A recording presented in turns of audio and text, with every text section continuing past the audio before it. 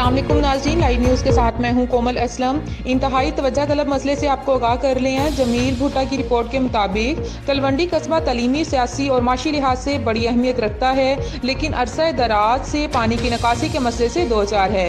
खासतौर पर main road नज़र डेरा डॉक्टर मोहम्मद आशिक साबिक वज़ीर नाज़िम और तहाड़ी बाईपास कोर्ट महर इब्राहिम और कस्बा तलवंदी के हर मोहल्ले में गंदा पानी आए रोज जमा होना मामूल बन गया है, जिसकी वजह से घरों की दीवारें गिरने लगी। राहगीर हजरात को भी बड़ी मुश्किलात का सामना करना पड़ता है।